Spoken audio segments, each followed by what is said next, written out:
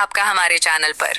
प्रेमचंद की कहानी इस्तीफा। दफ्तर में काम करने वाले एक साधारण बाबू लाला फतेह चंद के आत्मसम्मान और स्वाभिमान की एक सशक्त कहानी है। यह कहानी एक अंग्रेज अधिकारी द्वारा अपमानित किए जाने पर नौकरी की सुरक्षा को त्याग कर अपनी गरिमा को चुनने वाले क्लर्क के संघर्ष को दर्शाती है, जो अंततः बॉस के सामने अपनी शर्तों पर विजय प्राप्त करता है। चलिए सुनते हैं। दफ्तर का बाबू एक बेजबान जीव है। मजदूरों को आंखें दिखाओ तो वो त्योरियां बदल कर खड़ा हो जाएगा। कुली को एक डांट बताओ तो सिर से बोझ फेंक कर अपनी राह लेगा। किसी भिखारी को दुत्कारो तो वो तुम्हारी ओर गुस्से की निगाह से देखकर चला जाएगा। यहाँ तक कि गधा भी कभी कभी तकलीफ पाकर दो लत्तियां झड़ने लगता है। मगर बेचारे दफ्तर के बाबू को आप चाहे आंखें दिखाएं, डॉट बताएं, दुत्कारें या ठोकरे मारो, उस माथे पर बल ना आएगा। उसे अपने विकारों पर जो अधिपत्य होता है वो शायद किसी संयमी साधु में भी ना हो। संतोष का पुतला, सब्र की मूर्ति, सच्चा आज्ञाकारी, गरज उसमें तमाम मानवीय अच्छाइयां मौजूद होती हैं। खंडहर के भी एक दिन भग्गे जाते हैं। दिवाली के दिन उस पर भी रोशनी होती है। बरसात में उस पर हरियाली छाती है। प्रकृति की दिलचस्पियों में उसका भी हिस्सा है। मगर इस गरीब बाबू के नसीब कभी नहीं जागते। इसकी अंधेरी तकदीर में रोशनी का जलावा कभी नहीं दिखाई देता। इसके पीले चेहरे पर कभी मुस्कुराहट की रोशनी नजर नहीं आती। इसके लिए सूखा सावन है, कभी हरा भादो नहीं। लाला फतेहचंद ऐसे ही एक बेजबान जीव थे। कहते हैं मनुष्य पर उसके नाम का भी असर पड़ता है। फतेहचंद की दशा में ये बात यथार्थ सिद्ध न हो सकी। यदि उन्हें हारचंद कहा जाए तो कदाचित ये अत्योक्ति न होगी। दफ्तर में हार, जिंदगी में हार, मित्रों में हार, जीतन में उनके लिए चारों ओर निराशाएं ही थी। लड़का एक भी नहीं, लड़कियां तीन, भाई एक भी नहीं, भौजाइयां दो, गांठ में कोड़ी नहीं मगर दिल में आया और मुरव्वत, सच्चा मित्र एक भी नहीं, जिससे मित्रता हुई उसने धोखा दिया। इस पर तंदुरुस्ती भी अच्छी नहीं। 32 साल की अवस्था में बाल खिचड़ी हो गए थे। आंखों में ज्योति नहीं, हाजमा चौपट, चेहरा पीला, गाल चिपके, कमर झुकी हुई, न दिल में हिम्मत न कलेजे में ताकत। 9 बजे दफ्तर जाते और 6 बजे शाम को लौट कर घर आते। फिर घर से बाहर निकलने की हिम्मत न पड़ती। दुनिया में क्या होता है इसकी उन्हें बिल्कुल खबर न थी। उनकी दुनिया लोक परलोक जो कुछ था दफ्तर था। नौकरी की खैर मानते और जिंदगी के दिन पूरे करते थे। न धर्म से वास्ता था, न दीन से नाता, न कोई मनोरंजन था, न खेल ताश खेले हुए भी एक मुद्दत सी गुजर गई थी। जाड़ों के दिन थे, आकाश पर कुछ कुछ बादल थे। फतेहचंद 5:30 बजे दफ्तर से लौटे तो चिराग जल गए थे। दफ्तर से आकर वह किसी से कुछ न बोलते, चुपके से चारपाई पर लेट जाते और 15-20 मिनट तक बिना हिले डुले पड़े रहते। तब कहीं जाकर उनके मुंह से आवाज निकलती। आज भी प्रतिदिन की तरह वे चुपचाप पड़े थे कि एक ही मिनट में बाहर से किसी ने पुकारा। छोटी लड़की ने जाकर पूछा तो मालूम हुआ कि दफ्तर का चपरासी है। शारदा पति के मुंह हाथ धोने के लिए लोटा गिलास मांज रही थी। बोली, उससे कह दे क्या काम है, अभी तो दफ्तर से आए ही है और बुलावा आ गया है।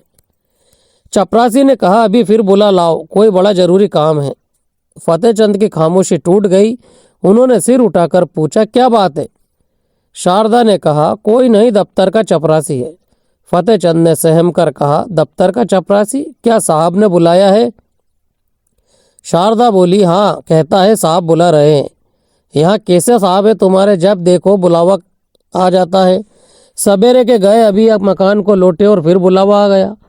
फतेहचंद ने संभल कर कहा, जरा सुन लूं किसके लिए बुलाया है, मैंने सब काम खत्म कर दिया था, अभी आता हूँ।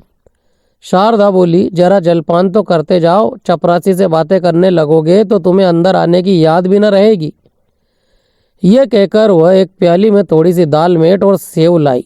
फतेहचंद उठकर खड़े हो गए, किंतु खाने की चीजें देखकर वह चारपाई पर बैठ गए और प्याली को चाव से देखकर डरते हुए बोले, लड़कियों को दे दिया है ना? शारदा ने आंखें चढ़ाकर कहा, हाँ हाँ दे दिया, तुम तो खाओ। इतने में चपरासी ने पुकारा, बाबूजी हमें तो बड़ी देर हो रही है। शारदा ने कहा, कह क्यों नहीं देते कि इस वक्त ना आएंगे? फतेहचंद ने जल्दी जल्दी दाल मोट की 2-3 फंकियां लगाई। एक गिलास पानी पिया और बाहर की तरफ दौड़े। शारदा पान बनाती ही रह गई। चपरासी ने कहा, बाबूजी आपने बड़ी देर कर दी, अब जरा लपक चलिए, नहीं तो जाते ही डांट बताएगा। फतेहचंद ने 2 कदम दौड़कर कहा, चलेंगे तो भाई आदमी की ही तरह, चाहे डांट लगाए या दांत दिखाए, हमसे दौड़ा नहीं जाता, बंगले ही पर है ना। चपरासी भला वो दफ्तर क्यों आने लगा, बादशाह है कि दिल लगी। चपरासी तेज चलने का आदी था। बेचारे बाबू फतेहचंद धीरे धीरे जाते थे। थोड़ी ही दूर चलकर हाँफ उठे, मगर मर्द तो थे ही, ये कैसे कहते कि भाई जरा और धीरे चलो। हिम्मत करके कदम उठाते जाते थे, यहाँ तक कि जांघों में दर्द होने लगा और आधा रास्ता खत्म होते होते पैरों ने उठने से इनकार कर दिया। सारा शरीर पसीने से तर हो गया, सिर में चक्कर आ गया, आंखों के सामने तितलियां उड़ने लगी। चपरासी ने ललकारा, जरा कदम बढ़ाए चलो बाबू। फतेहचंद बड़ी मुश्किल से बोले, तुम जाओ मैं आता हूँ। वे सड़क के किनारे पटरी पर बैठ गए और सर को दोनों हाथों से थाम कर दम मारने लगे। चपरासी ने इनकी ये दशा देखी तो आगे बढ़ा। फतेहचंद डरे कि ये शैतान जाकर न जाने साहब से क्या कह दे तो गजब ही हो जाएगा। जमीन पर हाथ टेक कर उठे और फिर चले, मगर कमजोरी से शरीर हाँफ रहा था। इस समय कोड बच्चा भी उन्हें जमीन पर गिरा सकता था। बेचारे किसी तरह गिरते पड़ते साहब बंगले पर पहुंचे। साहब बंगले पर टहल रहे थे, बार बार फाटक की तरफ देखते थे और किसी को आते न देखकर मन में जल्लाते थे। चपरासी को देखते ही आंखें निकालकर बोले, इतनी देर कहाँ था। चपरासी ने बरामदे की सीढ़ी पर खड़े खड़े कहा, हुजूर जब वह आए तब तो मैं दौड़ा चला आ रहा हूँ। साहब ने पैर पटक कर कहा, बाबू क्या बोला। चपरासी, आ रहे हैं हुजूर, घंटा भर में तो घर में से निकले। इतने में फतेहचंद अहाते के तार के अंदर से निकलकर वहां आ पहुंचे और साहब को सिर झुकाकर सलाम किया। साहब ने कड़क कर कहा, अब तक कहाँ था। फतेहचंद ने साहब का थमथमाया चेहरा देखा तो उनका खून सूख गया। बोले, हुजूर अभी अभी तो दफ्तर से गया हूँ। जो ही चपरासी ने आवाज़ दी हाजिर हुआ। झूठ बोलता है, हमें घंटे भर से खड़ा कर रखा है। फतेहचंद, हुजूर मैं झूठ नहीं बोलता, आने में जितनी देर हो गई हो मगर घर से चलने में मुझे बिल्कुल देर नहीं हुई। साहब ने हाथ की घड़ी घुमाकर कहा, चुप रहे सुअर, हम घंटा भर से खड़ा है, अपना कान पकड़ो। फतेहचंद ने खून के घूंट पीकर कहा, हुजूर मुझे 10 साल काम करते हो गए कभी। साहब, चुप रहे सुअर, हम कहते हैं कि अपना कान पकड़ो। फतेहचंद, जब मैंने कोई कसूर किया हो। साहब, चपरासी, इस सुअर का कान पकड़ो। चपरासी ने दबी जबान से कहा, हुजूर ये भी मेरे अफसर है, मैं इनका कान कैसे पकड़ूं। साहब, हम कहता है इसका कान पकड़ो, नहीं हम तुमको हंटरों से मारेगा।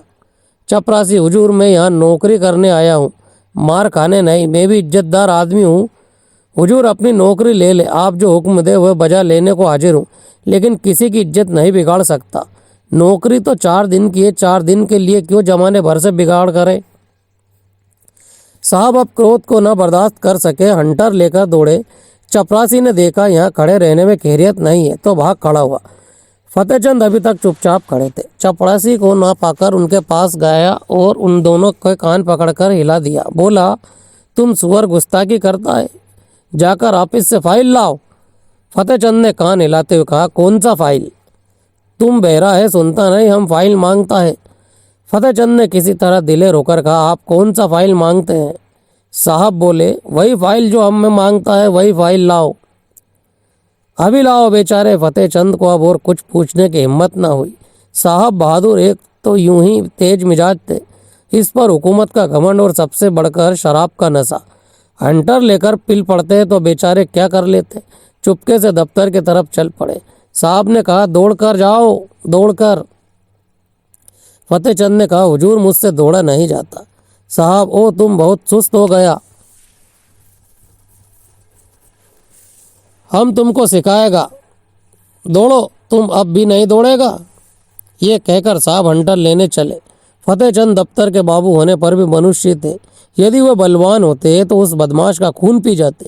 अगर उनके पास कोई हथियार होता तो उस पर जरूर चला देते, लेकिन उस हालात में तो मार खाना ही उनकी तकदीर में लिखा था। वे हताश आगे भागे और फटकार से बाहर निकलकर सड़क पर आ गए।